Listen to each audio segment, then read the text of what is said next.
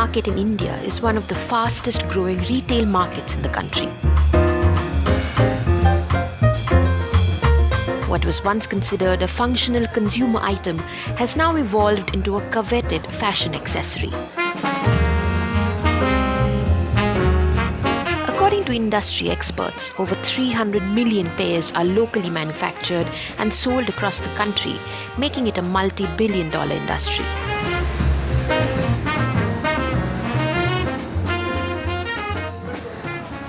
But this exponential growth also makes it one of the most polluting industries of recent times.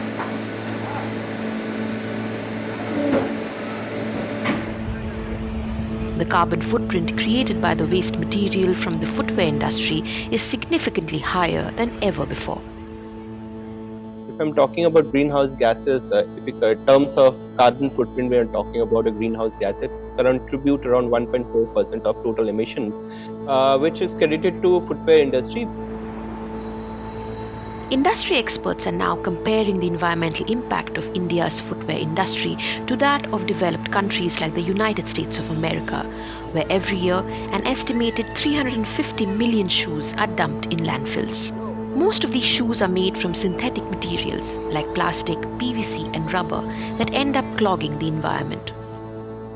If they talk about the constituent part of the footwear, mostly if I'm talking about not the upper, the sole is basically made from different types of plastic materials. You have polyurethane, or you have PVC and all those things. So basically that is one of the things which doesn't get absorbed by the environment or biodegrades. And also there is one more very important aspect of these threads are the microfibers, which is going in huge numbers to the environment. To counter this adverse ecological impact, a new phenomenon of sustainable footwear has emerged in the world market. This new way of shoemaking involves using natural materials that are biodegradable and environmentally friendly. Green Soul is one such sustainable footwear company started by athletes Shrivans Bhandari and Ramesh Dhami. Being runners, we were very close to shoes, running. We knew that, every 3-4 months we have to change our shoes because they'll still look good, but they lose that cushion and it can cause you injuries if you continue using it for a long period of time. So that's where we thought, let's go deeper into it. I researched and found that there are 350 million shoes which go to landfills each year, and at the same time there are people who are walking barefoot. So this was a clear connect where if we start repairing the shoes, if we start upcycling the shoes, we can prevent them from going to landfills and give it to someone who requires it. Till date, the company has upcycled over 5 lakh shoes for school-going children in rural India.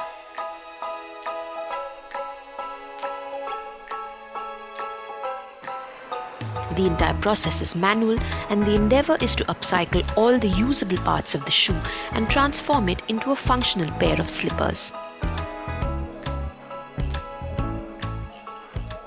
Shoes हम collect करते हैं. Collect करने के बाद उसके जो parts हैं अलग अलग इसमें होता है. लेस का पार्ट अलग होता है और सोल अलग हो जाता है और अपर अलग हो जाता है.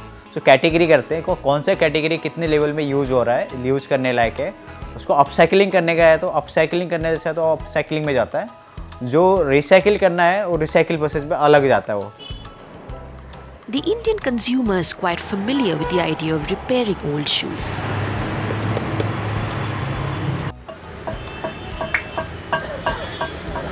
These small cobbler shops, commonly known as mochis, dotting residential neighborhoods or designated markets, have been our go-to repair solutions for ages. और हमको रीयूज और कंटिन्यू यूज जहाँ हम उसको. Taking the same idea of recycling a step ahead, the brand has come up with a new line of shoes made from natural materials like hemp, cotton and wine cork. If you see the fashion industry, it's struggling in sustainability because customers are demanding fast fashion, which requires making things at a huge scale and without knowing what the customer actually wants, which creates a lot of stock which is of no use. As this concept gains more popularity amongst urban consumers here, a number of entrepreneurs have entered this fast emerging market. Paduks is one such Mumbai-based company that makes shoes from discarded tire tubes, cork and fabric. This, as you're seeing right now, is cut directly from the tire, from the discarded tire that usually lands up in the landfill. If you look at the product here, it's quite raw. It's got a lot of threading and a lot of wiring in it, which makes the product a little difficult to work with. So this is the product that we have developed, the material that we have developed, that we are thinking is going to biodegrade in about 4 years. This is a mixture of tire with some other elements that are recyclable and sustainable.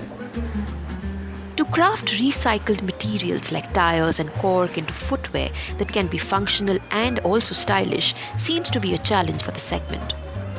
Paduks has brought in traditional craftsmen in the hope of achieving both ends.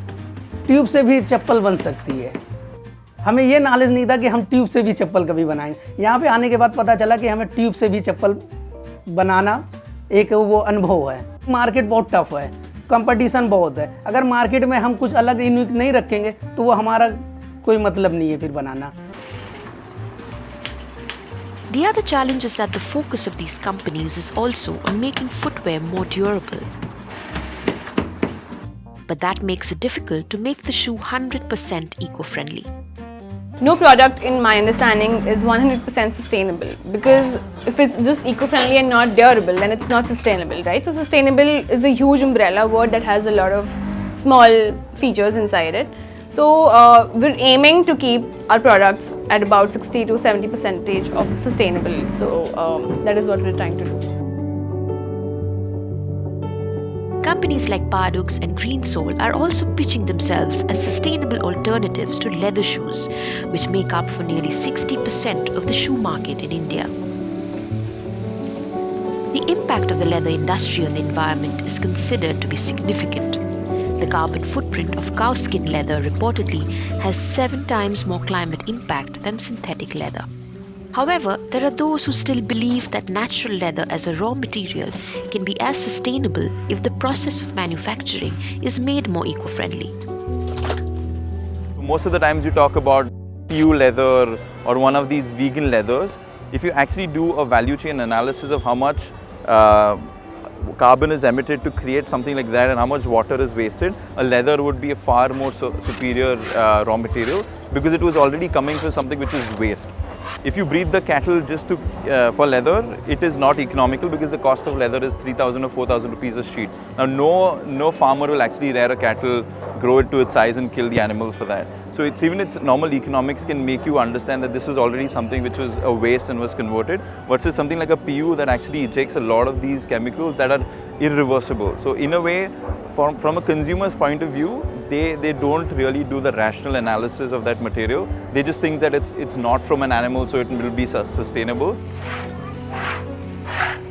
However, the argument that leather can be a sustainable byproduct of the meat industry is not quite holding ground, particularly with the urban youth who are increasingly moving towards more environmentally conscious products despite the high cost of owning them. I personally have stopped using leather for about say 5-6 years, and I don't think I'm missing out on anything. I think I get everything which I used to get before. When I wear things which are sustainable, I feel good myself. So yeah, that's a win-win for me. This change in the consumer's mindset to accept the cost to their pocket versus the cost to the environment is a big boost for those in the business of making sustainable footwear. In the long term, however, the best possible way to minimize carbon footprint, experts tell us, would be when consumers buy less shoes and recycle what they already own. If I'm using like 10 pairs of shoes, I need to get down to 2 pairs. But then why I will get the 2 pairs? Will it fulfill all my needs? That also we need to understand. So in the design level, we'll have to think from the customer's point of view, like one shoe can fall into multiple categories and how it will be done.